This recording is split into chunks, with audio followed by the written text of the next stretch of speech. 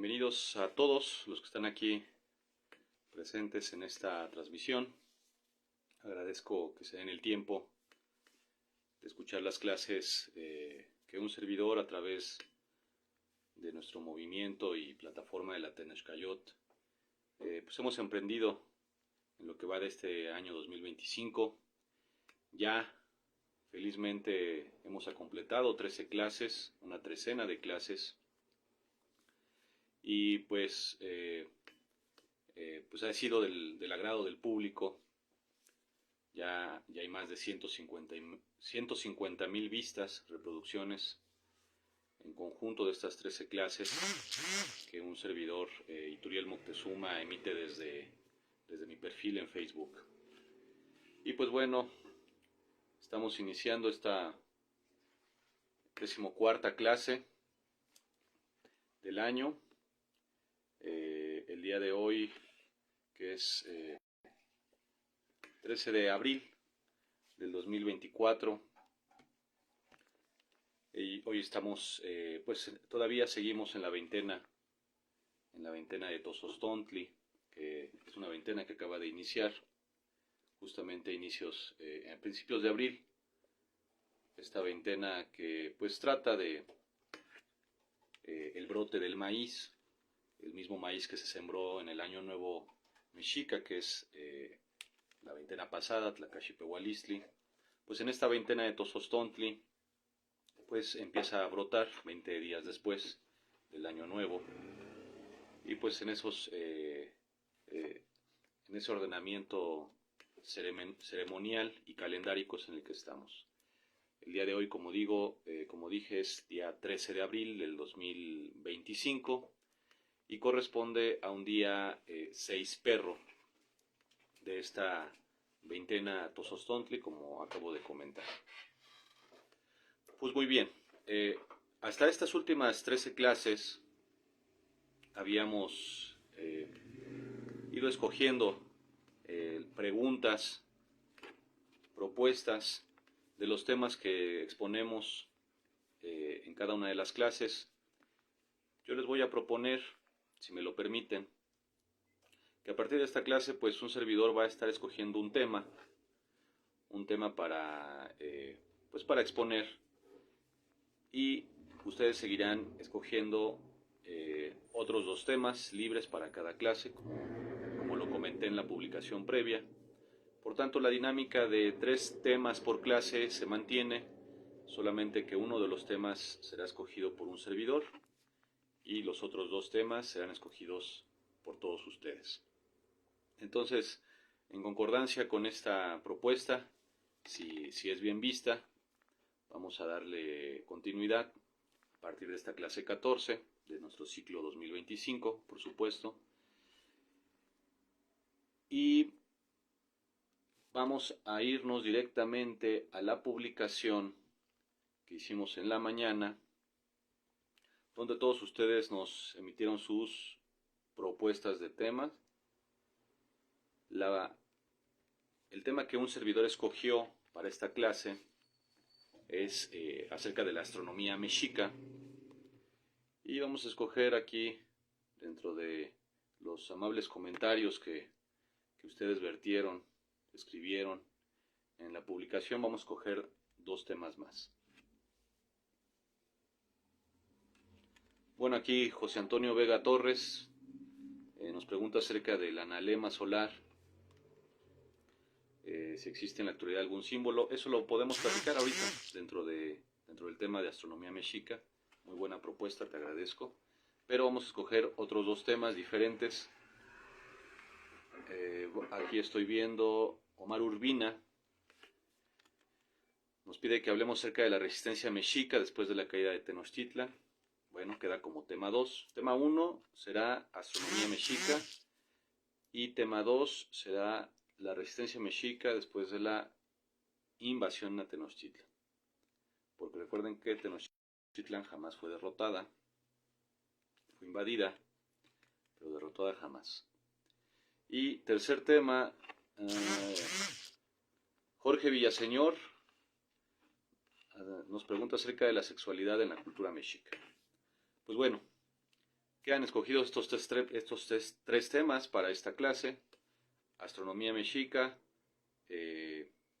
la continuidad del pueblo mexica después de la invasión de Tenochtitlan y la sexualidad en la cultura mexica.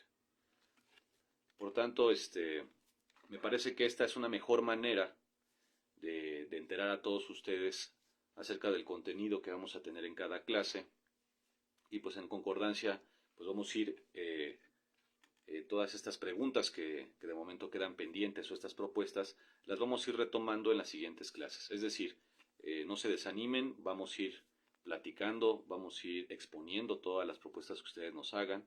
No va a ser no vamos a ser desatentos, a todos les vamos a dar gusto. La intención aquí es pues llevar un orden, ¿verdad?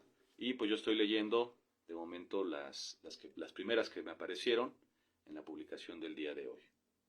Pues bueno, esperando que el audio y el video sean buenos. Si no fuera así, coméntenmelo allí en comentarios de la transmisión. Pues vamos a dar inicio. En lo que respecta a la astronomía mexica, los cielos han sido la fascinación, han sido motivo de profundo estudio y reflexión para todas las culturas del mundo. No ha habido una sola cultura de la humanidad a lo largo y ancho del gran orbe, planeta Tierra, pues que no se haya interesado en estudiar, observar, tratar de comprender a los astros y la jícara celeste. Por tanto, pues nosotros aquí en el Anáhuac no somos la excepción. Desde la época olmeca, la época maya, teotihuacana, tolteca, todas las grandes épocas o culturas que antecedieron a Tenochtitlan, pues el estudio de los cielos fue una tarea primordial. Dentro del Calmecac mexica se imparte una asignatura que es acerca del estudio de los cielos. El Huicat Tlamatinime era el observador de los cielos, lo que hoy vendríamos equiparando con los modernos y actuales astrónomos. Los observadores del cielo, que eran parte de la cultura mexica y que se dedicaban a impartir las clases con todos los alumnos del Calmecac acerca pues de cómo funcionaba y de cómo era el movimiento de la jícara celeste, el Ilhuicat. Así le llamaban nuestros ancestros al cielo, Ilhuicat. Por tanto, pues al ser un tema recurrente en la ciencia y en la filosofía y el campo del saber mexica, el estudio del cielo, pues por eso cada luminaria, cada astro, cada estrella, cada planeta en el firmamento diurno y nocturno, pues tomaban una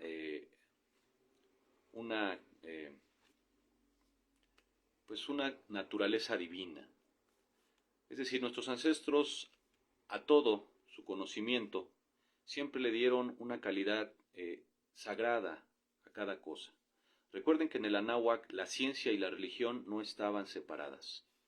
El Teotlamatilichtli, que es la ciencia divina o la ciencia religión de nuestros ancestros mexicas, pues lo mismo combinaba lo espiritual con lo racional. Recuerden que en el Anáhuac, en Tenochtitlan, la ciencia y la religión, el sacerdote y el científico se encontraban en el mismo templo.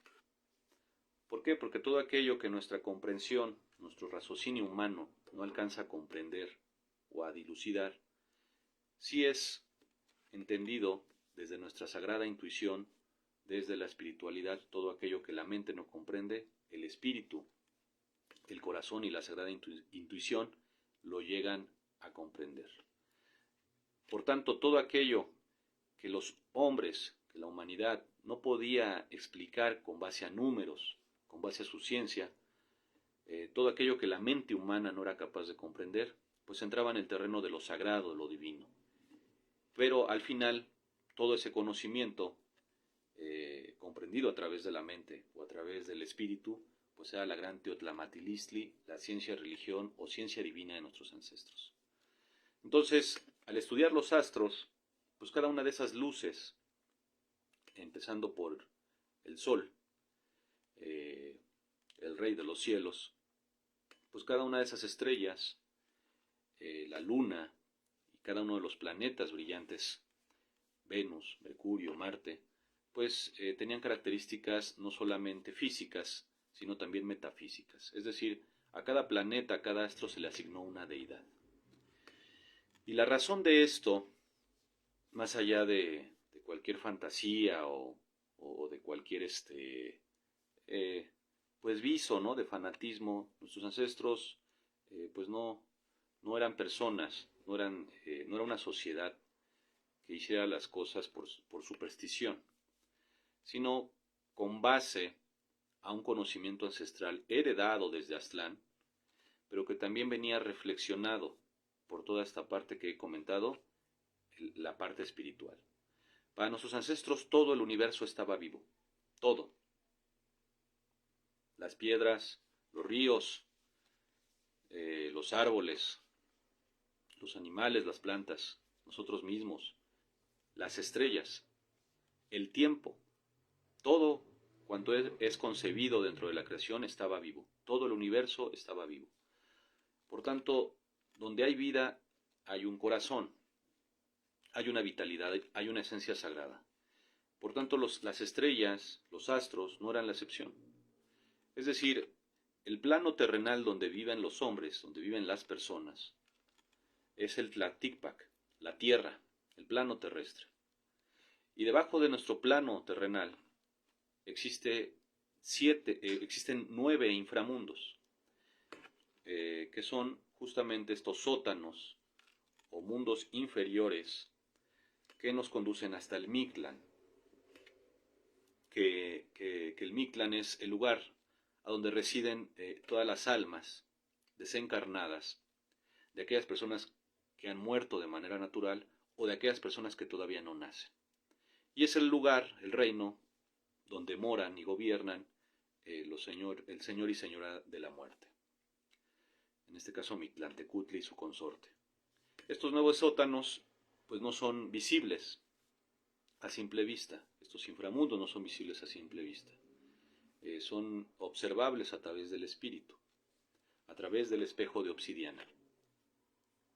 Pero los planos superiores, es decir, todo aquello que está por encima del plano terrestre, son los cielos. Y también había 9 cielos.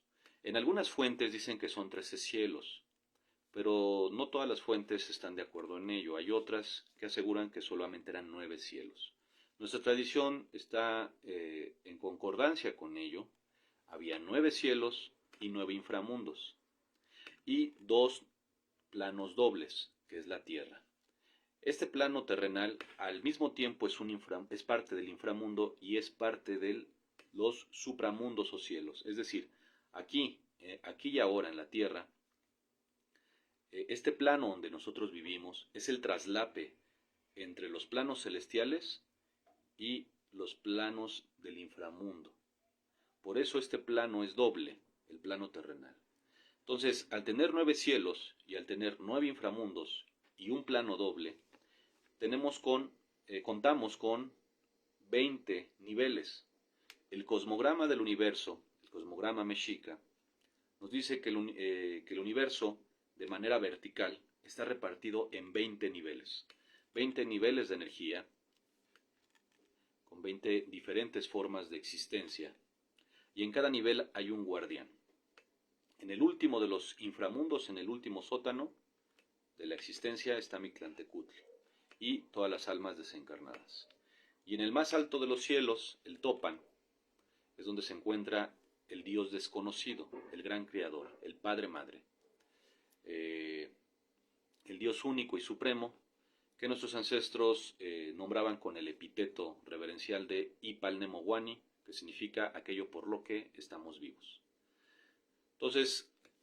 al mirar hacia arriba, nuestros ancestros observaban esa sucesión de supramundos, de cielos, esos 9 cielos. Quedó constatado dentro de algunos vestigios este concepto de los mundos superiores. Dentro de las fuentes podemos encontrar que Nezahualcóyotl, quien perteneció a la gran triple alianza que formaba Texcoco, Tenochtitlan y Tacuba, este gran rey Nezahualcóyotl, señor Acolhua, él era muy devoto de la religión que se practicaba en esta zona del centro de la Náhuac, y que compartían mexicas, acolhuas y tepanecas.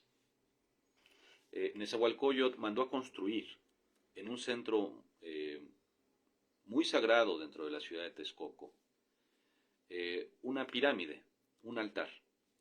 Y este altar constaba de 9 escalones, o de 9 niveles, o de 9 plataformas. Y hasta arriba no había nada.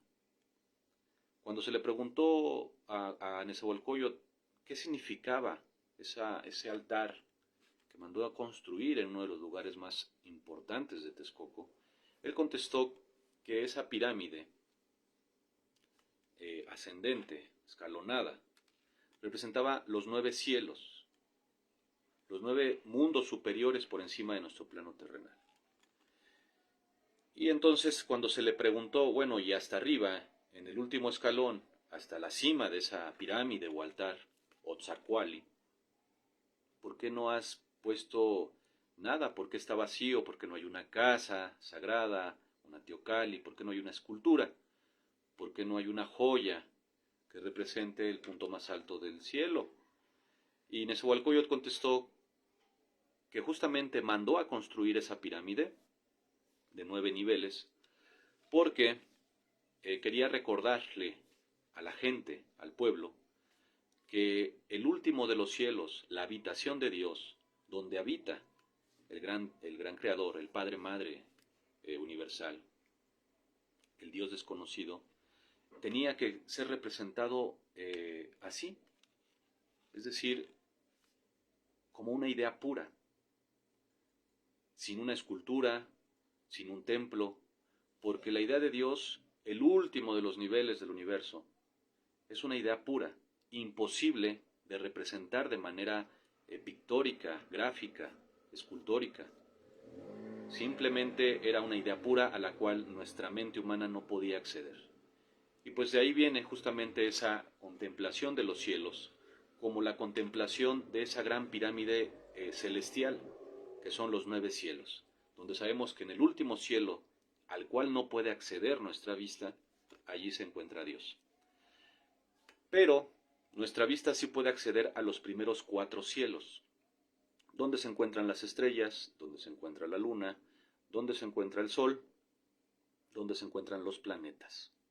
Esos 4 cielos, los primeros 4 cielos, sí son observables con la vista humana. Los siguientes 5 cielos ya no son observables con la vista humana y solamente son abstracciones que nuestros ancestros lograban dilucidar a través de la concentración, la meditación, la inspiración. Entonces, el tema de la astronomía mexica se limita a explicar los primeros 4 cielos, que es donde está el sol, donde está la luna, los planetas, los cometas, las nubes. Y por eso, bueno, hago un paréntesis, por eso las aves eran muy sagradas para nuestros ancestros y sus plumas muy respetadas y valoradas, porque se decía que las plumas de un ave era un elemento divino, porque era aquello que había podido estar lo más cerca de los dioses. Es decir, un ave puede volar muy alto, y entre más alto vuele esa ave, pues más cerca estuvo de los dioses, que son todas las luminarias del cielo diurno y nocturno. Por eso las plumas eran muy sagradas. Por eso al cielo también se le conocía, a esos cielos ocultos, detrás de estos cielos visibles, se les conocía como la región a donde no llegan las alas. y la región a donde sí llegaba el intelecto humano se le conocía como el lugar a donde llegan las flechas. Por eso Ilhuicamina, uno de los reyes mexicas, Moctezuma Ilhuicamina, tuvo el apodo de Flechador del Cielo. Flechador del Cielo porque él comenzó las correcciones del calendario mexica y porque él concibió dentro de la gran religión de la Teotlamatlicli mexica muchos conceptos que ligaban lo ritual con lo astronómico. Pero bueno, entonces yo quiero compartirles, queridos compañeros, el nombre, ya en esta sección, en este primer tema, el nombre de cómo nombraban nuestros ancestros mexicas a algunos astros, constelaciones, y una breve explicación pues de cómo era conceptualmente visto pues el curso de estos astros, los presagios que traían con ellos, etcétera. El primer astro, el más importante para nuestros ancestros, pues desde luego que era el Sol, el cual era representado por Huitzilopochtli. El nombre natural de este astro es Tonatiuh, que es la casa, el Tonatiuh Ichan, la casa del Sol, donde habita nuestro señor Huitzilopochtli, nuestro dios solar, y a donde van todos los Teoyaomiki, todos los guerreros muertos en combate, la gente que muere en combate, que muere en la guerra, que deja la vida ahí en el campo de batalla, sus almas no iban al Mictlán, iban a la Casa del Sol para morar junto con Huitzilopochtli, ese palacio celestial de luz radiante. Bueno, entonces, pues el Sol era el primer astro en importancia dentro de la astronomía mexica. Y al Sol pues se le medía a través de sus amaneceres, los días que hoy conocemos como equinoccios, solsticios, eran registrados, eran estudiados a través de la colocación de templos o marcadores en las montañas para precisar el calendario solar, que es el Xupowali, y también pues en los templos, en las aberturas que se tenían en algunos techados, pues era para medir el sol en el paso cenital, para que se iluminaran los templos subterráneos a través de chimeneas o tiros verticales, iluminados por la luz cenital cuando el sol estaba en el cenit. Entonces, ese era el estudio del sol, a grandes rasgos, dentro de la astronomía mexica, para medir el inicio de las lluvias, el fin de las lluvias, la llegada del paso cenital, que es cuando brota la espiga del maíz, el inicio de la cosecha, el fin de la cosecha, y también para todo el calendario ritual de las veintenas que venía ligado a los momentos solares. La segunda, vamos a decirlo así, astro en importancia dentro de la concepción mexica del cielo, pues era Venus. Venus era relacionado con Quetzalcóatl. Muchos pueblos, aparte del mexica, lo hicieron, los mayas sobre todo. Quetzalcóatl, Tlahuizcalpantecutli, que es un nombre tolteca, también es otro de los nombres con los que se identificaba Venus. Citlalpol, en algunas fuentes, también se le identifica a Venus, pues es este planeta interior, que es gemelo del planeta Tierra. Sin embargo, pues Venus, el calendario venusino, pues es un calendario que se utilizó pues justamente para todas estas cuentas largas que existían en el Anáhuac, que contaba paquetes de miles de años, sobre todo en las culturas pues de la zona del Mayapán. El siguiente astro o conjunto de astros o estrellas en importancia eran las Pléyades, que también se conocían con el nombre de Miak. Las Pléyades, este cúmulo cerrado o muy notorio en los cielos de estrellas, nuestros ancestros también le conocían con el nombre de Tianquistli, porque Tianquistli, aunque pues deriva en el término tianguis o mercado, el Tianquistli es como decir de que muchas personas se congregan para un propósito. Y el Tianquistli o las Pléyades eran muy importantes porque ellas marcaban el ritmo de los fuegos nuevos. es decir, el ritmo de los siglos solares, que se repetían cada 52 años. Se decía, dentro de los presagios y la mitología mexica, que cada 52 años los dioses se reunían en el cielo a la medianoche para decidir el destino de la humanidad. Y justamente esas estrellas, esas que conocemos hoy como las Pléyades, pues cada 52 años, dentro de un día ritual del signo Nahuiolin, se ponían en el cenit del cielo, que es lo que conocemos hoy como el cenit pleyadiano. Y esa gran ceremonia y ese gran momento astronómico, pues era un momento de máxima expectación, porque se decía que si las Pléyades desviaban su rumbo durante esa noche, pues ahí se acabaría este quinto sol, se acabaría esta humanidad. Entonces, esa es la importancia de las Pléyades para marcar o ritmar la sucesión de los fuegos nuevos, de los atados o ataduras de años, dentro pues, de las ruedas y ciclos de 26.000 años, ¿no? Otro astro importante que tenemos aquí, por cierto, quiero comentar, yo personalmente administro una página, un grupo que se llama Tonalnepantla, la Ruta del Águila Solar, donde yo, pues desde hace ya muchos años, vengo compartiendo información astronómica desde la perspectiva mexica. Por eso yo estoy leyendo desde aquí, desde nuestra página de Tonalnepantla, este listado que en su momento hice hace varios años, de estas 15 astros más importantes dentro del estudio mexica de los cielos. Bueno, pues continuamos con esta lista.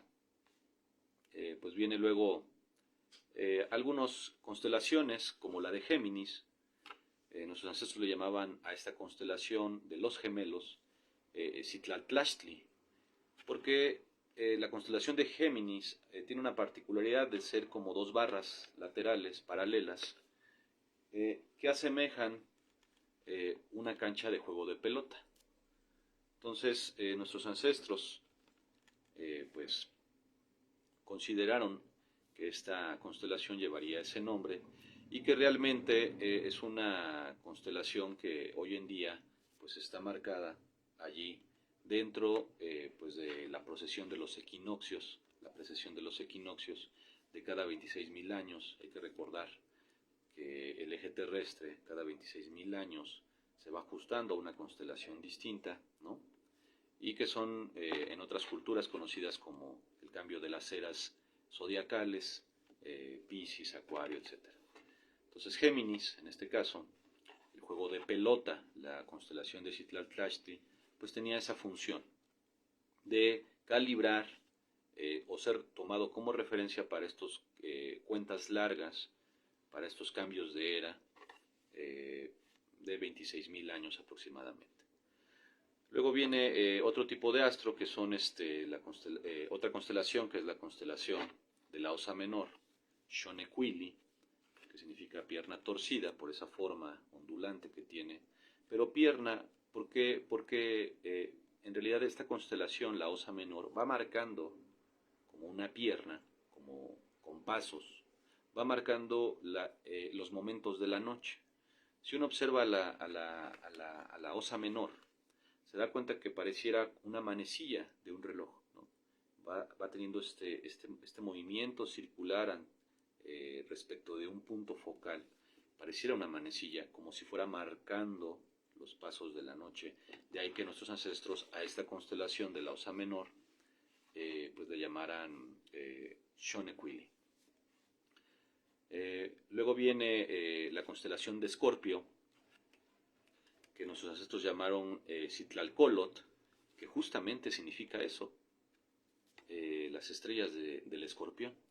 Aquí hay algo muy curioso, cómo es que pues las culturas occidentales de Europa y Asia Menor, a esta constelación de Escorpio, le pusieron ese nombre, y acá en América, nuestros ancestros al mismo grupo de estrellas le pusieron también la constelación del escorpión o el colotl, ¿no?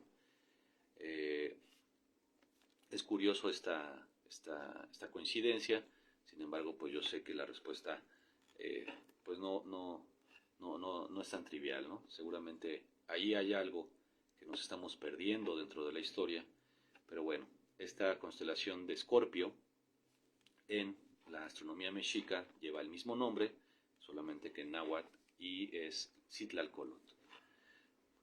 Luego, pues la luna, naturalmente, la luna es uno de los astros importantes dentro del estudio de la astronomía mexica. La luna como astro, como tal, lleva el nombre de Mestli, así como el sol lleva el nombre de Tonatiuh.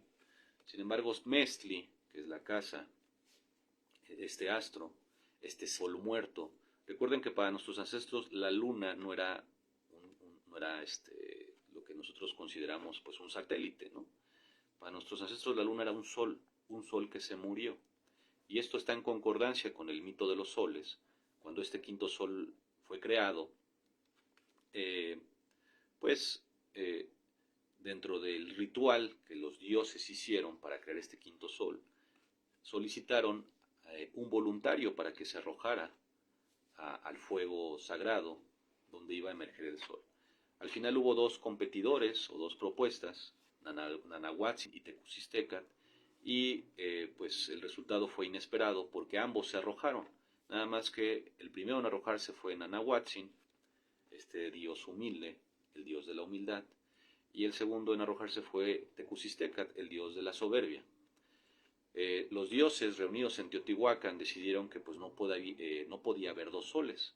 ¿Por qué? Porque al arrojarse estos dos candidatos o competidores, pues de ese fuego sagrado emergieron dos soles en los cielos.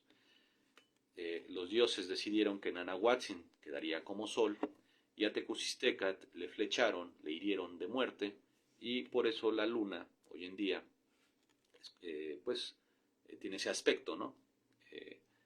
Como blanquecino, una luz mortecina, porque nuestros ancestros consideraban que la luna era el hueso de un sol, es decir, era el cadáver, era el esqueleto de un sol muerto.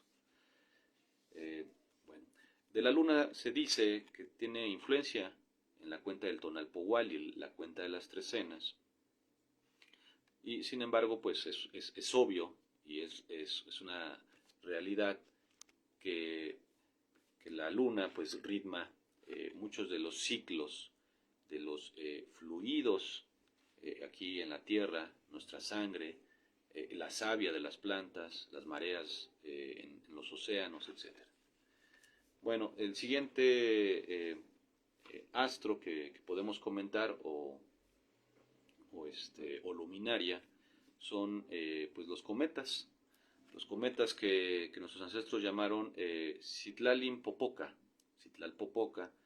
que quiere decir como estrellas humeantes, ¿no? Los cometas pues van dejando esta estela, ¿no? Pareciera como un tren que va dejando su fumarola en los cielos. Entonces esta cola de los cometas para nuestros ancestros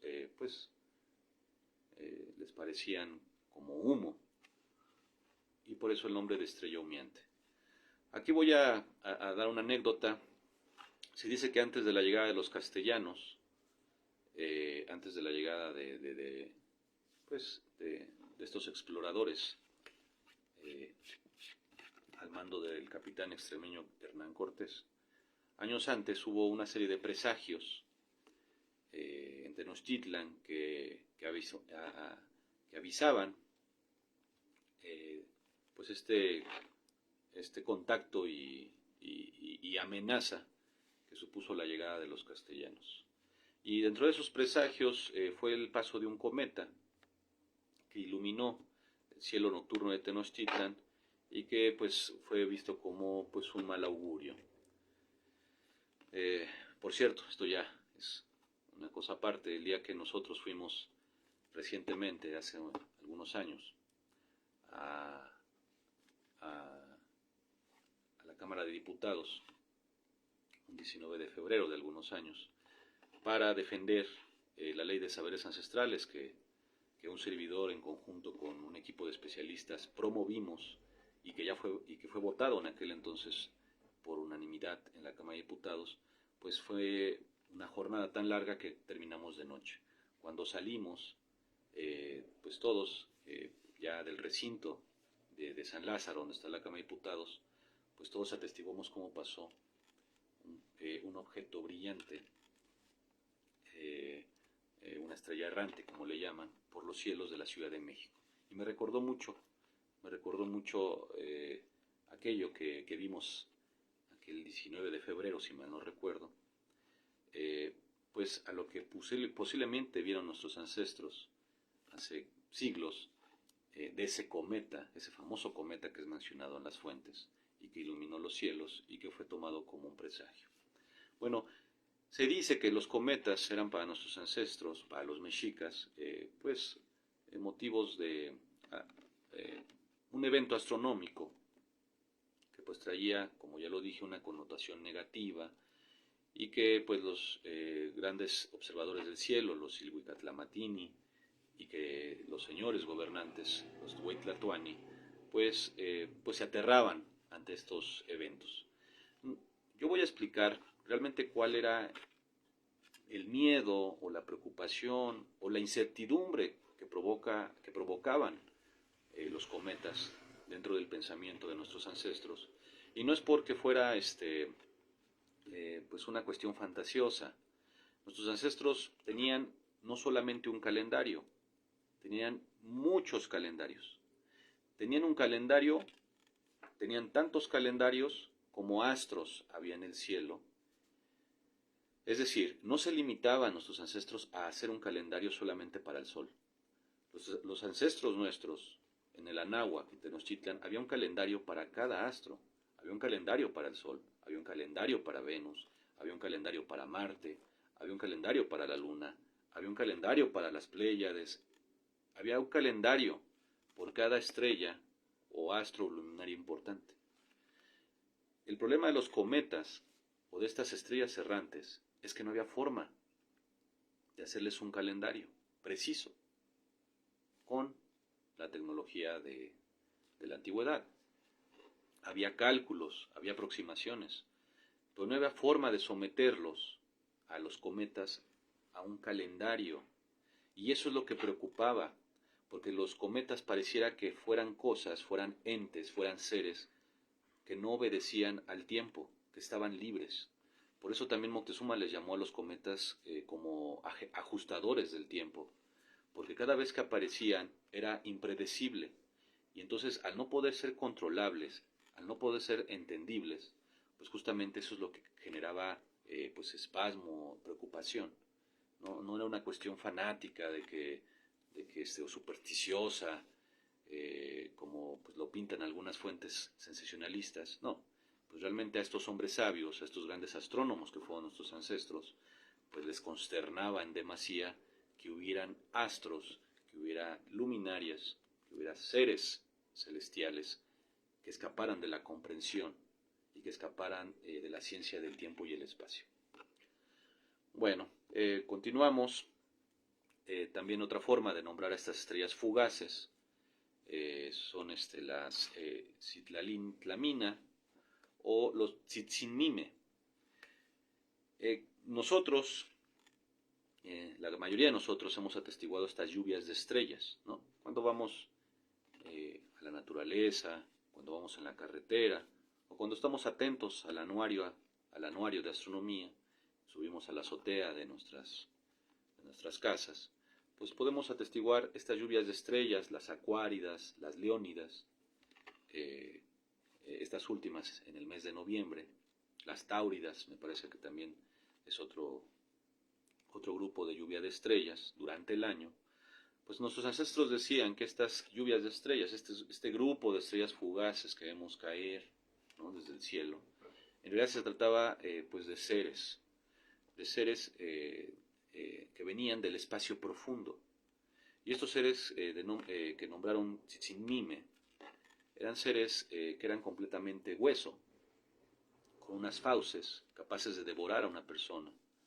Y justamente se dice que cuando acabe este quinto sol, en esa noche de cenit pleiadiano, donde se desvíen las Pléyades o la constelación de Teanquistli, es decir, esa reunión sagrada entre los dioses, ocurre cada 52 años, cuando los dioses se pongan de acuerdo eh, en contra de la humanidad, pues la humanidad esa noche va a sucumbir. Y se dice que va a sucumbir a través de un cataclismo que va a combinar terremotos, inundaciones, huracanes, y que los humanos que queden vivos serán devorados por estos seres, estas lluvias de estrellas, que ellos llamaban Tzitzimime, y porque esa es la función de estos seres del plano celeste, que son en realidad terribles enemigos de la humanidad. Por eso Moctezuma, y aquí va un dato histórico, por eso Moctezuma no permitió que Hernán Cortés y la gente que traía con él entraran a Tenochtitlan una vez que se presentó. Hernán Cortés entró a Tenochtitlan un 8 de noviembre de 1519.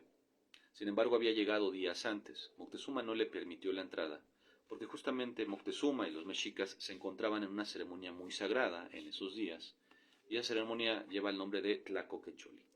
Y esta ceremonia era el ensayo anual que Moctezuma instauró en el mes de noviembre durante las noches de lluvia de estrellas, porque este ensayo anual servía pues como recordatorio y como preparativo para la ceremonia de cada 52 años del Fuego Nuevo, que también es a mediados del mes de noviembre.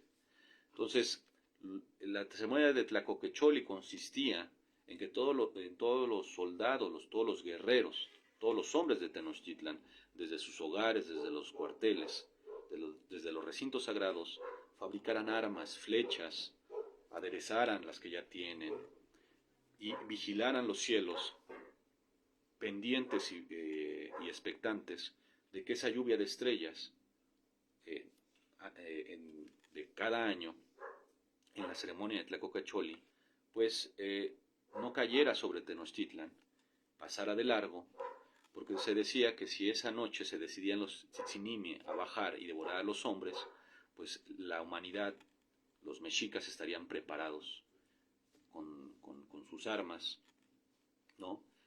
No los habrían tomado por sorpresa. Entonces, esas ceremonias, que pues duraba toda una jornada, fue la ceremonia que Moctezuma realizó antes de permitir que Hernán Cortés entrara. Porque aunque Hernán Cortés, como ya he comentado, él venía, pues no precisamente con la intención de agredir a Moctezuma, al contrario, él venía con la intención de entrevistarse con Moctezuma para ver si se lograba una alianza. Pero Hernán Cortés, en su camino desde el Golfo de México hasta Tenochtitlan, pues vino reclutando contra su voluntad en la mayoría de los casos pueblos enemigos, gente belicosa que él no pudo evitar que se le juntara, y pues a las puertas de Tenochtitlán, cuando se presentó Cortés, pues venía acompañado de toda esta gente.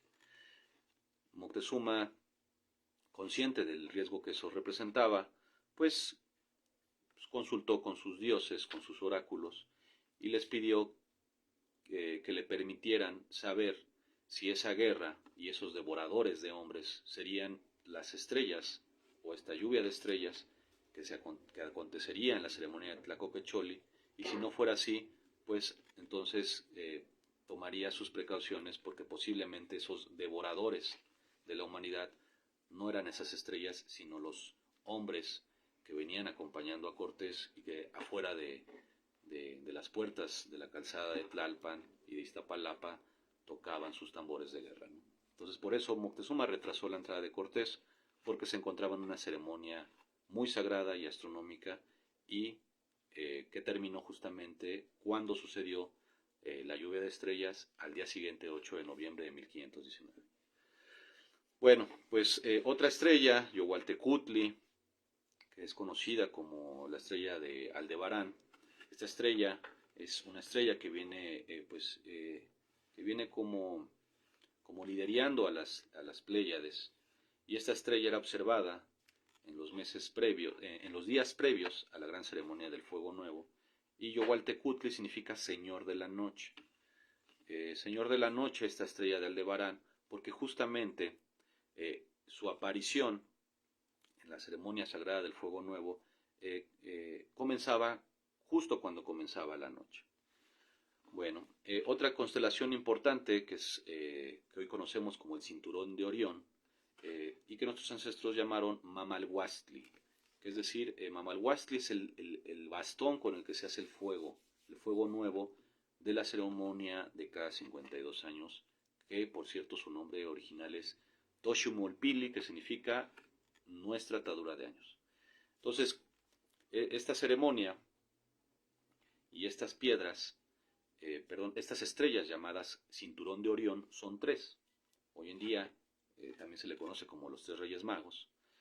Pero se dice que al inicio de la creación, al inicio de los tiempos, el Dios, el Supremo Dios, el Dios desconocido, colocó tres estrellas o tres corazones. Al inicio de la creación colocó tres corazones. Y cuando el cielo y la tierra fueron despegados por acción de los cuatro Tezcatlipocas, que son los cuatro cargadores que separan al cielo de la tierra, en los cuatro rumbos del universo, en cada rumbo hay un Tezcatlipoca, que funge como una columna que no permite que el cielo y la tierra se junten. Bueno, pero al inicio de los tiempos, el cielo y la tierra, los mares y el cielo estaban pegados, eran el mismo plano. Cuando fueron separados, estos tres corazones que colocó el Dios, creador de todo, en la tierra quedaron en forma de rocas o de tres sagradas pirámides, y en los cielos quedaron en forma de tres estrellas. Por eso que corresponden justamente al cinturón de Orión, estas tres estrellas. Por eso en los fogones de los hogares, si somos observadores, los indígenas nahuas, al igual que la gente de Tenochtitlan, en los fogones de los hogares, en el fuego ceremonial se colocan tres piedras y encima de él el fuego. Los molcajetes, ¿no?, tienen tres patas, ¿no? Los metates también tienen esa configuración. Nada más que uno es cuadrangular y el otro es circular. Uno es para moler, el otro es para amasar el maíz, pero tienen tres patas, porque estas tres patas corresponden a las tres primeras piedras que se colocaron para crear el mundo y a las primeras tres estrellas que aparecieron en el cielo y que corresponden justamente al cinturón de Orión. Por eso le llamaron Mamalhuastli a esta constelación nuestros ancestros, porque el Mamalhuastli es el bastón sagrado con el que se hace el fuego. Y el primer fuego nuevo, pues justamente fue el inicio de la creación. Bueno, luego otro nombre dentro de la astronomía mexica es la Vía Láctea. La Vía Láctea, que es este cúmulo estelar al cual pertenece nuestro sistema solar. La Vía Láctea para nuestros ancestros era considerada como una nube de serpientes, por todas estas espirales, por estas formas ondulantes. Y también se le conocía con el nombre de Mixcoatl o Citlalinique, su esposa. Mixcoatl y Citlalinique eran los señores, señor y señora, regentes de la Vía Láctea, ¿no? Por eso a las estrellas del norte, desde el plano de Tenochtitlan, se les conocía como los Sensomixcoatl, que son todos los guerreros muertos. Todas las estrellas que están en el firmamento norte, nuestros ancestros los consideraban los espíritus de los guerreros muertos, los Sensomimixcoatl. Y todas las estrellas que están en el cono sur o el firmamento sur, que eran los Sensonhuiznahua, son todos esos, vamos a decirlo así, guerreros, futuros guerreros no natos. De ahí que viene pues justamente que Mixcoa pues y Huitzilopochtli son los regentes del firmamento nocturno y diurno. Bueno, Tezcatlipoca era el regente del planeta Júpiter. Júpiter tiene un calendario de 400 días. 400 días es un número muy, muy, muy sagrado. De hecho, el calendario de Júpiter podría decirse que era más sagrado, quizás, que el calendario de Venus. Júpiter desarrolla una órbita o una periodicidad desde nuestra posición terrestre de 400 días. Su ciclo es de 400 días. Y la importancia de este número es que es justamente el producto de de la multiplicación de 20 por 20. 20 por 20 da 400. Y el número más sagrado, o el número que expresaba la perfección o la plenitud, era el número 20 para nuestros ancestros. ¿Por qué? Porque ellos practicaban una matemática vigesimal. Entonces 20 veces 20, pues será 400. Es como decir 10 veces 10 es el 100. Cuando nosotros decimos que algo está bien, está al 100, está al 100%. Bueno, nuestros ancestros no usaban el número 100, usaban el número 400 para expresar algo que es más allá de lo perfecto. Senson, justamente Senson, significa 400, pero también se refiere a algo que es infinito. Cuando nosotros hemos dicho, te he dicho 100 veces te he dicho esto, pues no nos estamos refiriendo a que lo dijimos 100 veces, nos estamos refiriendo a que lo hemos dicho una gran cantidad de veces. Pues Senson también significa 400, también se refiere a algo que es imposible de contener, imposible de contar. Entonces, de ahí vienen de los Sensomimiscoat y los Sensonhuiznahuac, son los incontables espíritus de los guerreros muertos y los incontables espíritus de los guerreros no nacidos.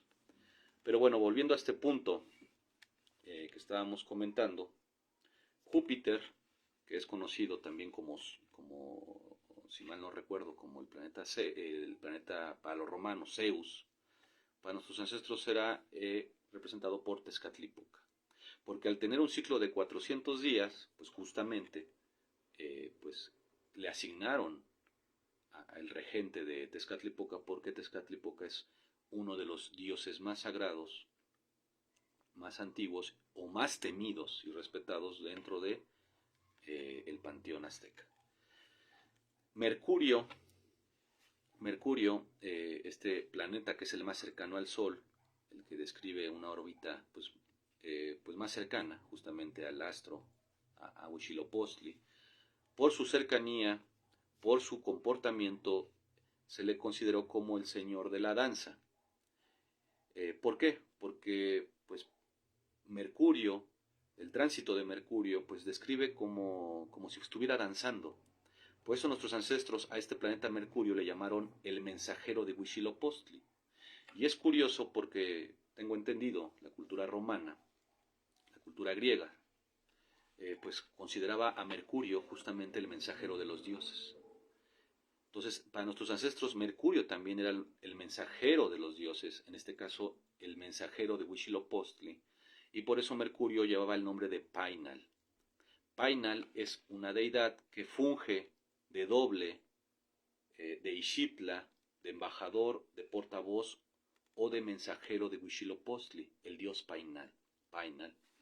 Entonces, pues de ahí viene pues justamente Mercurio. Y pues finalmente voy a citar algunos términos que tienen que ver con fenómenos astronómicos. Los eclipses. Hay dos tipos de eclipses, eclipse lunar, eclipse solar. Al eclipse lunar nuestros ancestros le llamaban Tonatiuhcualo o Tonalcualo, que quiere decir el sol es mordido, devorado, porque justamente pues, cuando la luna se antepone al sol, en ese proceso parece como si la luna estuviera devorando al sol. Y en el proceso inverso, cuando es el eclipse lunar, donde la Tierra, pues la sombra de la Tierra va eclipsando de manera perfecta a la luna, y la luna pues toma ese aspecto tenebroso durante el eclipse lunar, a eso nuestros ancestros le llamaban Metzcualo, que significa la luna es devorada. Pues bueno, vamos a dejar hasta aquí este tema de la astronomía mexica. Es un tema vastísimo, faltó mucho por hablar, pero bueno, ya estamos más allá de las 8 de la noche y no quiero yo dejar este espacio, menos espacio para los siguientes temas. Entonces podríamos seguir platicando en siguientes sesiones acerca de la astronomía mexica. Solamente voy a dar un dato más, porque lo prometí al inicio de la transmisión. El analema, que es este recorrido que el Sol hace en forma de 8, en forma del número infinito, a través de los cielos, durante los mediodías solares, pues es el movimiento que el Sol hace desde sus posiciones en los solsticios, y al centro son los pasos cenitales. Es decir, si nosotros tomáramos una foto diaria del Sol al mediodía solar, nos daremos cuenta que el Sol al mediodía solar no está en la misma posición. Y si juntáramos todas esas fotos, veríamos que el Sol describe un 8, que es lo que le llaman el analema, que tiene la semejanza con el con el signo del infinito, como un 8, dos esferas, dos círculos, que se juntan en un punto central. Pues el Sol justamente al mediodía solar se va colocando en estas diferentes posiciones, creando este símbolo, este signo, conocido como el analema. Pero este cinturón, o esta cintura, perdón, este centro, corresponde a los puntos en el que el Sol está en el paso cenital. Entonces, aquí el centro, el Sol lo cruza 2 veces al año, y son justamente el paso cenital. Es decir, aquí al centro está el centro del cielo. Con nuestro compañero que nos preguntó, pues bueno, simplemente lo voy a dejar de manera superficial.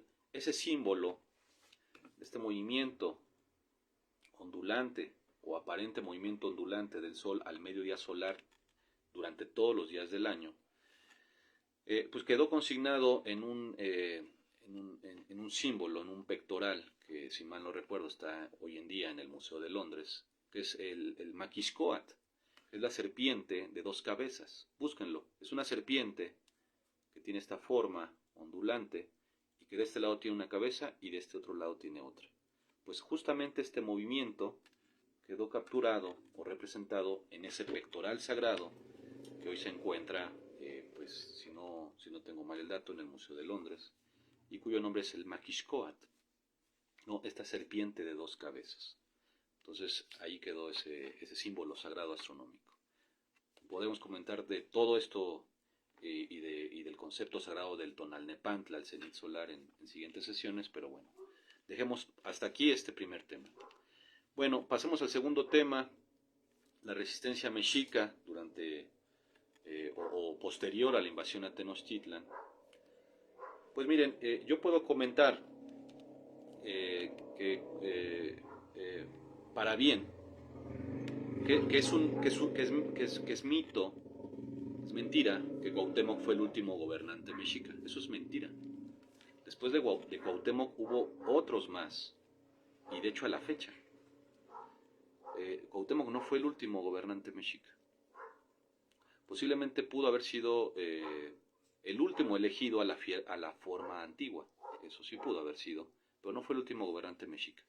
Ni los mexicas desaparecieron después del 13 de agosto de 1521. Ni los mexicas desaparecieron, ni los tlatoani desaparecieron, ni Tenochtitlan desapareció.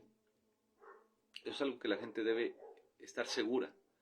Y no es porque lo diga yo, está en las fuentes, está en la tradición, ahí están los linajes, ¿no? Aquí tienen a un servidor, Ituriel Moctezuma, que pertenece justamente a esas familias que continuaron el gobierno de Tenochtitlan desde aquel lejano entonces. A Moctezuma le sucedió su hermano Cuitláhuac por la emergente necesidad de tener a un señor al frente de la guerra, dado que Moctezuma, según se sabe, murió en la Noche Triste, que fue la huida de Cortés y todos los intrusos que venían con él, aliados nativos que pues al final perjudicaron a Cortés más que ayudarle, porque Cortés, repito, pues él sí venía con la expectativa de hacer una buena alianza, trabar una amistad con los mexicas, pertenecer a la nobleza de Tenochtitlan, y pues todo eso pues se fue a la basura, se estropeó por perjuicio de sus propios aliados que venían con él, porque pues lo desobedecieron y cometieron la matanza del Templo Mayor, que pues dio al traste todo tipo de negociación. Por eso Cuitláhuac, muy enojado y descontento, pues no perdonó jamás a Cortés ni a sus incómodos invitados, y Cuitláhuac y Cuauhtémoc combatieron de manera férrea pues el movimiento que tristemente encabezaba Hernán Cortés, ya como líder de la invasión. Que estoy seguro fue algo de lo cual jamás estuvo satisfecho, y Por eso mismo lloró en la noche triste, en el árbol de la noche triste. Cortés lloró por la frustración de ver su plan de alianza con Moctezuma tirado pues a la basura por acción de sus propios amigos. Pero bueno, Cuitláhuac, Cuauhtémoc sucedieron a Moctezuma al frente de los ejércitos. Al frente de los ejércitos. Pero el gobierno legítimo de Moctezuma, porque Moctezuma fue elegido por el Huitlatocan, no, ni Cuitláhuac ni Cuauhtémoc fueron elegidos por el Huitlatocan, no porque no tuvieran los méritos, es que el Huitlatocan o todos los grandes señores del consejo fueron asesinados, la mayor parte, en la matanza del Templo Mayor. Es decir, para cuando Cuitláhuac y Cuauhtémoc fueron elegidos, no estaba el consejo, el Supremo Consejo Mexica completo, no estaba completo. Muchos de esos señores habían sido asesinados vilmente por la traición de la gente aliada nativa que traía Cortés y la propia Malinche. Fueron traicionados y fueron asesinados en lo que conocemos como la matanza del Templo Mayor o Toxca. Todos los grandes señores estaban en un rezo, en una ceremonia, desprotegidos, sin armas, y pues fueron atacados a traición. Entonces, ni Cuitláhuac ni Cuauhtémoc fueron elegidos por el Supremo Consejo. Ellos quedaron al frente de los ejércitos, pero el gobernante legítimo, el último, fue Moctezuma, porque él sí fue elegido en 1502 por todos los señores de la gran confederación de Anáhuac y ratificado por el Supremo Consejo Mexica. Después de Moctezuma, pues como dije, al frente de los ejércitos le sucedió Cuitláhuac, su hermano,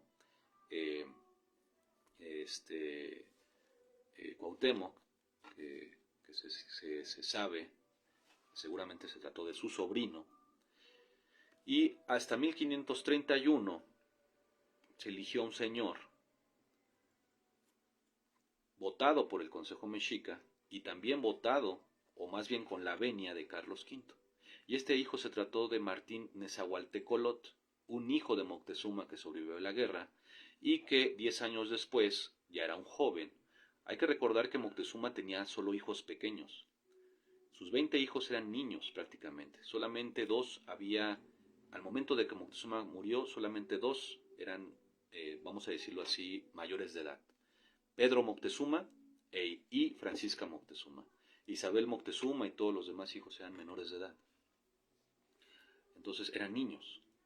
Entonces, en 1521 fue invadido Tenochtitlan. 10 años después, en 1531, esos niños o hijos sobrevivientes de Moctezuma, los que quedaron, ya eran adultos, ya eran mayores de edad. Este hijo, Martín Nezahualtecólotl, fue elegido por el Consejo Mexica como el sucesor legítimo de Moctezuma, porque hay que recordar que Cuitláhuac y Cuauhtémoc fueron elegidos como capitanes al frente del ejército, no como los señores gobernantes sobre los demás señoríos. Eso es muy importante. Por eso Texcoco, Chalco y otros reinos se rebelaron porque, y pues en cierto modo, faltaron a su compromiso de defender a Tenochtitlan porque no reconocían a Cuauhtémoc ni a Cuitláhuac como herederos o como sucesores legítimos de Moctezuma. Entonces, en 1531 se hizo una junta de guerra en el Tepeyac. Ahí se acordaron las formas en las que iban a ser conciliadas o acordadas la paz entre nativos, castellanos y todas las facciones de guerra. De ahí viene justamente el mito de la Guadalupana, en 1531, respetando las creencias de los que aquí están presentes. Lo que sucedió en el Tepeyac, yo no voy a hablar del mito guadalupano, de la aparición de la Guadalupana, pero lo que sí sucedió en el Tepeyac en 1531 fue una junta militar, y sí sucedió un milagro, porque ahí se pusieron de acuerdo muchas facciones que estaban en guerra, entre ellas Cortés, la gente de Cortés, la gente de Tenochtitlan, la gente de Texcoco. Ahí estuvo presente Juan Diego Cuauhtlatoa. Juan Diego no era un humilde campesino, como lo han querido describir. Cuauhtlatoa, Juan Diego, era un jefe militar, era un señor de la nobleza mexica. Él estuvo presente en esta junta militar donde los bandos, los representantes, los señores de la guerra, tanto de castellanos como de anahuacas, pactaron una tregua. Y esa tregua pues quedó representada en la fusión de deidades que a la postre pues fueron considerados como, en resumen, como Tonantzin, Guadalupe Tonantzin, la guadalupana. Pero bueno, no nos metamos en ese tema porque estamos hablando de la resistencia mexica.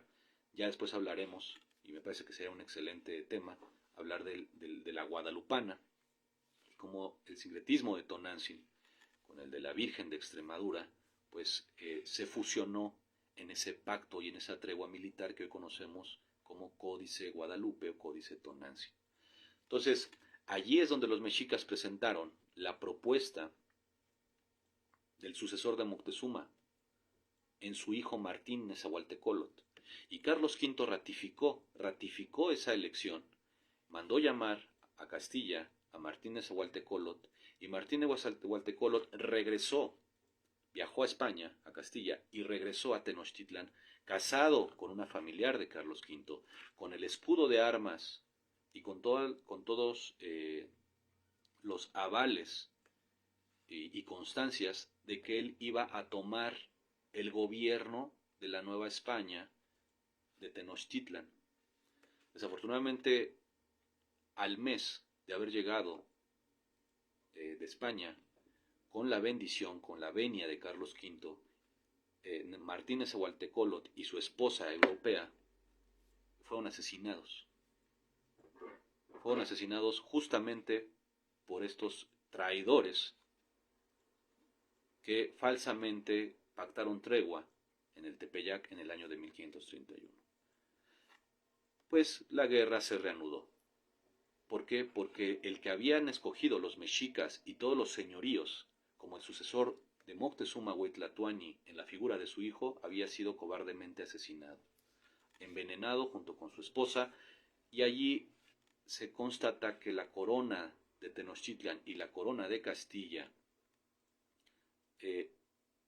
estaban pactando una alianza y una pacificación que muchos de los pueblos agitadores que invadieron Tenochtitlan no aceptaron. Es decir, si la guerra continuó, no fue por culpa de los castellanos ni fue por culpa de los mexicas, fue por culpa de todos esos pueblos que no aceptaron la paz, que falsamente hicieron una tregua y que no respetaron la decisión del gobierno de la Triple Alianza y de Carlos V de poner al hijo de Moctezuma como el futuro gobernante de estas tierras, que en 1535 fue justamente Antonio de Mendoza el virrey. Entonces, al inicio de la historia, no iba a ser un español, un castellano el virrey, iba a ser un mexica, hijo de Moctezuma. Y justamente eso es lo que la gente debe entender. Carlos V restituyó el mando, convirtiendo a rey o virrey de toda esta zona llamada ya en ese entonces Nueva España a un hijo de Moctezuma.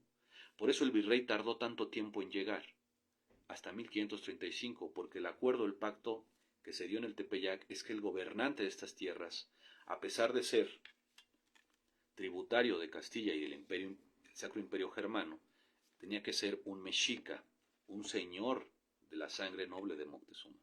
Y eso no lo respetaron pues estos personajes que pues no voy a mencionar en este momento porque pues quisiera yo esperarme a unas publicaciones que más adelante haré para pues hablar con todo detalle y claridad. Pero bueno, esa es la historia.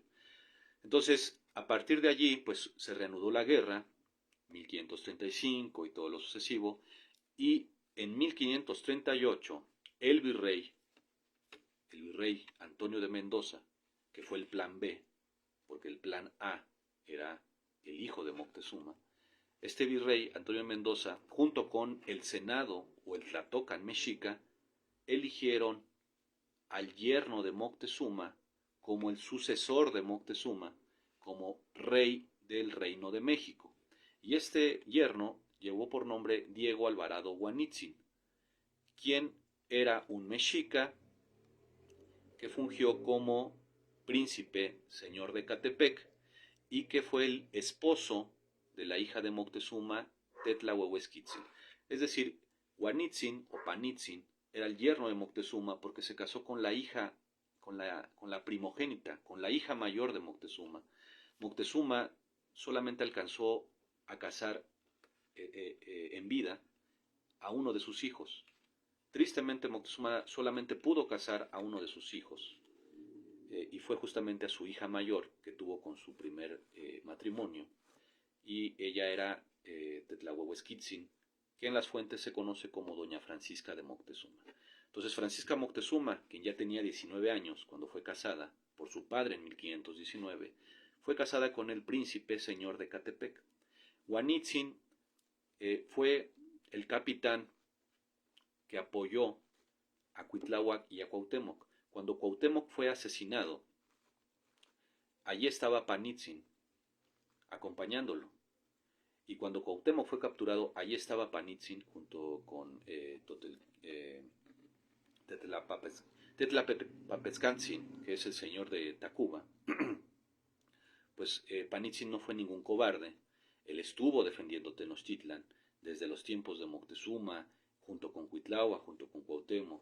Por eso el Consejo Mexica lo premió en 1538 como el nuevo Hueytlatuani o Cuauhtlatuani, ya en la época virreinal, porque no solamente era el esposo de la hija mayor de Moctezuma y yerno autorizado de Moctezuma, sino que él había demostrado durante esos, pues ya 10, casi más de 15 años, pues que era un verdadero defensor de Tenochtitlan, y en 1538 se restituyó con todas las de la ley el gobierno de Tenochtitlán en la figura de Panitzin y Francisca Moctezuma, reyes del Reino de México. Los hijos de esta pareja fueron los siguientes gobernantes, entre los que podemos encontrar el nombre de Cesetzin, ¿no? Un personaje que también fue rey de Tenochtitlan durante el virreinato, y toda la casa real de Tenochtitlan a partir de esta pareja real que fue Panitzin y Francisca Moctezuma del año 1538. Entonces, durante toda la colonia, el gobierno de Tenochtitlan no claudicó, fue pasando a través de los descendientes de esta pareja, de la hija mayor de Moctezuma y el señor de Catepec, y el gobierno mexica, al comenzar a ser pues empujado o reducido por el crecimiento de la Ciudad de México, se trasladó a diferentes puntos, que son justamente las familias descendientes que se asentaron en diferentes pueblos y cacicazgos ya pues en la etapa media del virreinato. Entonces, pues ni Tenochtitlan desapareció, ni el gobierno mexica desapareció, ni Cuauhtémoc fue el último gobernante mexica. Eso es una exactitud. Claro que Cuauhtémoc es un héroe mexica, es una persona que honramos desde nuestra tradición, pero él no fue el último. De hecho, no ha existido el último. Los mexicas hemos nombrado a nuestros tlatoani desde aquel entonces y no hemos parado, ¿no? Tenochtitlan no desapareció, está debajo de la Ciudad de México, y pues sabemos que ahí permanece latente nuestra tierra, nuestro pueblo originario, que es Tenochtitlan.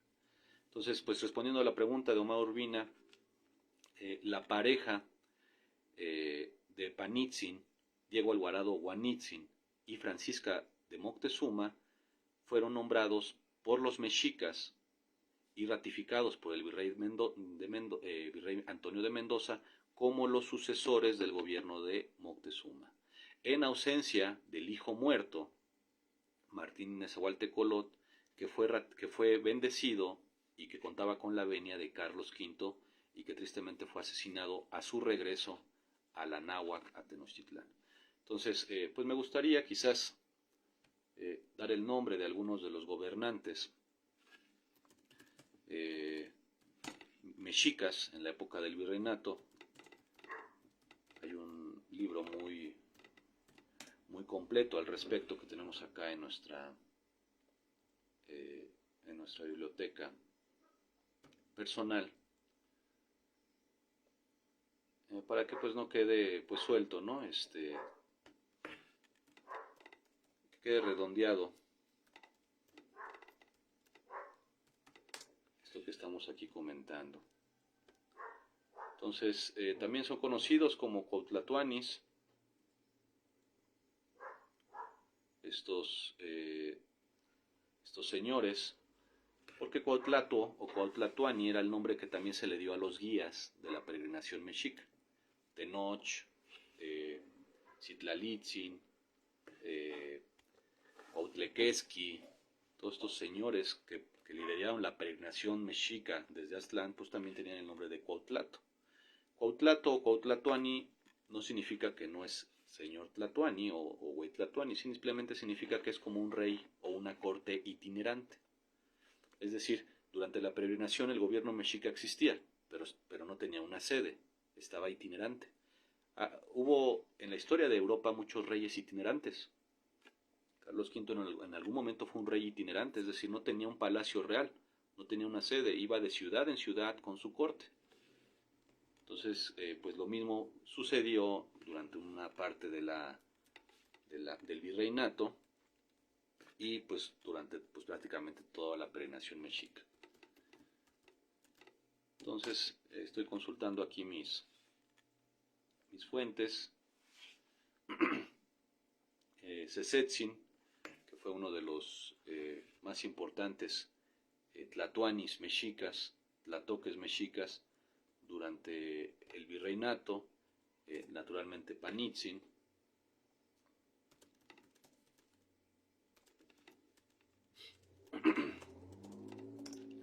pero hay una lista enorme de todos estos señores. Está un poquito lenta mi computadora, pero bueno, vamos a dejarlo para otra transmisión. El nombre de todos estos tlatoani, estos tlatoque mexicas, desde la época de Cuauhtémoc hasta la actualidad. Entonces, Cuauhtémoc no fue el último gobernante mexica, no fue el último tlatoani mexica. Los mexicas continuaron con su gobierno, continuaron con sus tlatoanis elegidos a las usanzas antiguas, naturalmente acomodado también a las formas según la época.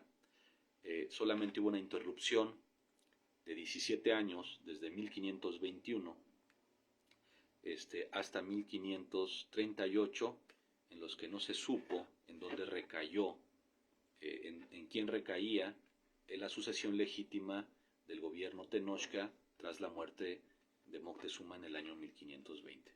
Entonces solamente hubo ese espacio a partir de 1538, con la llegada de Huanitzin, elegido por el Consejo Mexica, ratificado por la Nueva España a través del virrey Antonio de Mendoza, es que continuaron los tlatoanis siendo una figura que no desapareció del gobierno de Tenochtitlan, que se convirtió en el Reino de México. México-Tenochtitlán se convirtió en el Reino de México durante el virreinato. Bueno, pues pasemos a esta última parte, que es la pregunta acerca de la sexualidad mexica. Quisiera yo este último tema no agotarlo en esta sesión para no pasarnos del tiempo acordado, y porque creo que el tema de la sexualidad es algo que tenemos que profundizar, porque me gustaría que sea un tema que no se agote, que se comente en siguientes clases, porque me parece que el mundo moderno, el mundo actual, pues justamente adolece, ¿no? Adolece de este aspecto, de cómo la sexualidad ha venido trastocando pues algunos de los valores, ¿no? Algunos de los principios, de ordenamientos de nuestra sociedad. Entonces estaría bien que la gente que sigue estas transmisiones, estas clases, pues a su vez compartan con sus familias, con sus niños, con sus jóvenes, pues todas estas reglas morales que nuestros ancestros tenían respecto de la sexualidad. Para nuestros ancestros la sexualidad solamente tenía una, vamos a decirlo así, era considerada sagrada cuando era un acto entre personas casadas, entre personas que ya tenían el acuerdo, el permiso o la intención de tener hijos. Para nuestros ancestros la sexualidad era sagrada solamente cuando era con fines de procreación. cuando no era con fines de procreación, la sexualidad no era considerada algo sagrado. Yo sé que por ahí la New Age y algunos foros dicen que la sexualidad tiene algunos poderes y sirve para encontrar caminos de inspiración, de exaltación de la conciencia. Yo respeto eso, pero nuestros ancestros no pensaban así. Nuestros ancestros pensaban que cualquier acto sexual que no conllevara a la procreación no era un acto sagrado. Tampoco quiere decir que era un acto sucio o un acto despreciable, no. Los ancestros simplemente le llamaban juego, juego de adultos al acto sexual que no fuera entre esposos y que no fuera con propósitos de procreación. Dentro de las normas sexuales, por decirlo así, o reglas, pues nuestros ancestros no tenían lo que hoy conocemos como novias. La figura de novio, noviazgo, pues no existía realmente dentro de la sociedad mexica. Para los mexicas solamente existía el concepto de pretendientes o prometidos, es decir, toda esta gente que previamente sus familias o ellos mismos ya habían acordado que serían futuros esposos, ¿no? Entonces, lo que llaman en algunas culturas como la prometida. Entonces, no existía como tal una figura de novios. Eran solamente o eran esposos, o eran prometidos, o eran amantes. Novios no había. Es decir, no existía eso de muchachos teniendo pues relaciones, en este caso carnales, íntimas, como hoy en día vemos, ¿no? En las calles, tomados de las manos, no había eso. En Tenochtitlan la sexualidad se ejercía de manera muy privada, no era algo que se exteriorizara, era algo muy privado, era algo que se mantenía en secreto. La gente no sabía con quién andaba tal o cual. De hecho, no estaba permitido que menores de edad tuvieran relaciones sexuales. Y cuando ya eran adultos o eran mayores, pues estaban comprometidos para casarse con alguien que habían elegido o que sus familias les habían elegido. Y mientras tanto, todas esas relaciones extramaritales, por decirlo de alguna manera, o antes o fuera del matrimonio, eran consideradas simplemente como relaciones entre amantes sin ningún tipo de valor ante la sociedad. Entonces, no había novios, solamente había la figura de amantes, de prometidos o comprometidos, de futuros esposos, de esposos, y dentro de los esposos había tres figuras. Había esposos definitivos, esposos temporales y concubinos o concubinas. La sociedad mexica, el pueblo en general, a la vez. De hecho, los divorcios eran una cosa rara. Casi no existían divorcios en Tenochtitlan, ¿no? Casi no existían los divorcios en Tenochtitlan, eran muy raros. Entonces, por eso se practicaba la monogamia entre la población, o los masehuales, y entre la clase gobernante, los pipiltin, los tlatoani, se permitía la poligamia. Y esta regla la estableció el primer rey de Tenochtitlan, que fue Acamapixtli, o primer güey tlatoani emperador. Él estableció que los tlatoani tenían derecho a la poligamia. Sin embargo, también no se ha explicado bien este tema. La gente piensa que los emperadores o reyes o güey tlatoanis mexica vivían con sus esposas como una especie de harén. No, no era así. Cada una de las esposas que ellos elegían lo hacían por diferentes motivos. La primera esposa, obligatoria para cada tlatoani, era aquellos que escogían por amor. La que ellos escogían, con la que querían casarse, a la que amaban. La segunda esposa era la que venía de Tula. Tenía que ser una esposa tolteca, por obligación. La tercera esposa tenía que ser una esposa Me parece que se está yendo la señal. Si me apoyan avisándome si todo está en orden, porque aquí en mi pantalla me apareció que la señal está intermitente. Espero que bueno, solamente haya sido una falsa alarma. Continúo. Entonces, las subsecuentes esposas de los Huaytlatoani o la nobleza mexica eran por propósitos de preservación del linaje tolteca y preservación de la alianza con los acolhuas y los tepanecas, es decir, con Texcoco y Tacuba. Y todas las demás que vinieran después, todas las demás esposas, eran por acuerdos o por conquistas entre pueblos.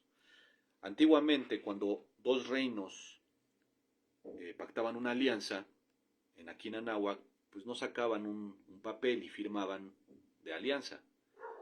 Las alianzas antiguamente no eran contratos, eran matrimonios.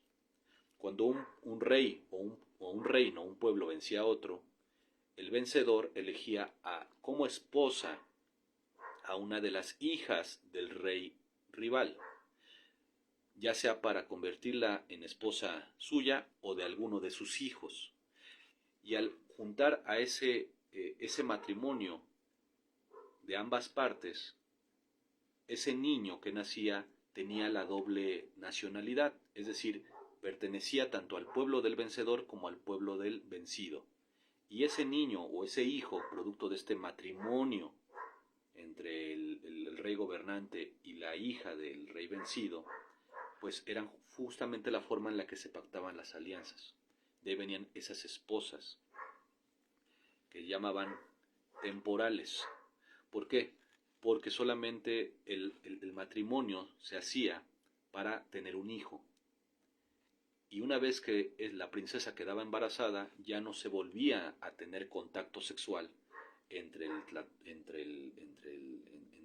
esposos. ¿Por qué? Porque solamente había sido un acuerdo de procrear a un hijo, y esas eran las esposas temporales. Las esposas definitivas para los Huaytlatoani y para la población eran aquellas que habían elegido ellos por amor. Y las concubinas, pues eran todo este tipo de mujeres que por alguna otra razón, no precisamente por actos de guerra, o con las que tenían hijos, los Huaytlatoani. Pero bueno, ya por último, como ya comenté, la sexualidad era un asunto muy privado, era algo muy reservado. En Tenochtitlan no andaban en la calle los muchachos y las muchachas tomados de las manos, no andaban allí exhibiendo su relación de amantes, porque novios, no existía la figura de novios. Pero los que ya estaban comprometidos como futuros esposos, pues sí paseaban juntos como amigos. Y todos los demás actos fuera del matrimonio eran considerados juegos, no eran considerados algo formal, ni era considerado como algo sagrado. Solamente el sexo entre esposos era considerado algo sagrado porque era la forma lícita de procrear. Bueno, esto en cuanto a la sexualidad que conocemos como heterosexual. En lo que respecta al aspecto homosexual, que hoy en día es un tema mucho más abierto, nuestros ancestros consideraban que la gente, hombres y mujeres, que nacían con inclinaciones sexuales diferentes a su biología, pues eran personas que eran encausadas, a, que su sexualidad no rebasara los límites de su hogar o de su vida personal. Es decir, no estaba permitido en Tenochtitlan que alguien que fuera homosexual se expresara o se manifestara abiertamente en público. No porque fuera un escándalo o porque nuestros ancestros tuvieran algún tipo de discriminación. Lo que pasa es que nuestros ancestros estaban seguros de que nadie tenía derecho a querer imitar al gran Dios, al Padre Madre. Nuestros ancestros decían que solamente Dios podía ser hombre y mujer a la vez. que solamente Dios tenía el derecho y el privilegio de presentarse como padre o como madre, porque fungía de las dos cosas. Entonces nadie, ni planta, ni animal, ni persona, tenía el derecho de ser hombre y mujer, o de pasar de hombre a mujer, o de mujer a hombre, porque solamente ese era el privilegio del gran Dios creador. Por eso nuestros ancestros no permitían que alguien que fuera homosexual lo expresara abiertamente, y mucho menos permitían que un hombre usara ropa de mujeres o que una mujer usara ropa de hombres. Esto se castigaba muy duramente. Si se sorprendía a alguien cometiendo actos sexuales homosexuales en Tenochtitlan, se le castigaba, porque no se permitía, como repito, ofender la naturaleza del Dios creador, que es padre y madre a la vez. Entonces, sin embargo, se sabe que a las personas que tenían tendencias homosexuales se les permitía tener su vida en privado, en sus hogares únicamente, no fuera de ellos, no fuera de sus hogares. Dentro de sus hogares se permitía que tuvieran esa vida, pero no fuera de ellos, no en las calles, no en la vida pública, mucho menos en los templos o en recintos sagrados, ¿no? Entonces, eso era parte de la idiosincrasia. Naturalmente, que cuando se sabía que un hombre tenía tendencias femeninas o era homosexual, pues esa energía femenina que estaba en demasía en esta persona, pues era canalizada para las artes. Muchos de los que se sabía que tenían hombres que tenían tendencias femeninas eran encausados como artistas, y todas aquellas mujeres que tenían tendencias masculinas eran encausadas como cuidadoras de ancianos o como cuidadoras de las mujeres que daban servicio a los ejércitos, como cocineras, como médicos, como capitanes, ¿no? Capitanes mujeres. Entonces, pues bueno, vamos a dejar hasta aquí esta 14ª clase de nuestro ciclo 2025, de nuestro Calmecac virtual de la Tenochcayot. Un servidor, Ituriel Moctezuma, agradece el tiempo y la atención prestada. El día de hoy tuvimos esta transmisión, 13 de abril de 2025, que corresponde a un día 6 perro del mes o veintena mexica Tozostontli del año 13 casa. Tlacticpac toquistinties, la tierra será como sean los hombres y las mujeres. Agradezco a todos y cada uno de ustedes que están viendo esta transmisión en vivo, y también a todas las personas que en el futuro verán esta clase, porque recordarán, queda grabada durante un mes en mi perfil de Facebook, pero queda también grabada de manera permanente en nuestro canal de YouTube Tenochcayot, donde están todas las clases mexicas que hemos dado en este 2025, pero también todas las conferencias, entrevistas, publicaciones de eventos que hemos venido haciendo desde el año 2019. Entonces, para quien quieran consultar, ahí quedan estas transmisiones, tanto en Facebook como en YouTube.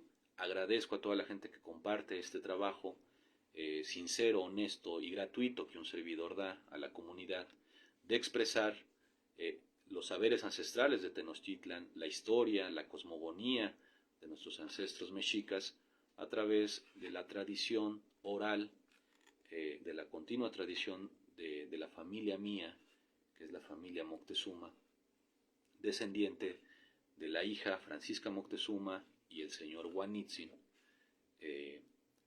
yerno e hija respectivamente de nuestro gran señor, gran señor Moctezuma Xocoyotzin, gran reformador, renacentista de la náhuatl, y que hoy, a 500 años ya de su partida, en ese trágico día de 1520, pues no hemos dejado morir su legado, porque su legado no solamente compete a la nación mexicana de la época de la náhuatl, sino también a la nación mexicana de la época del virreinato, a la actual nación mexicana y a la futura nación mexicana que soñamos esté en el alto puesto que por la historia y por derecho propio le corresponde.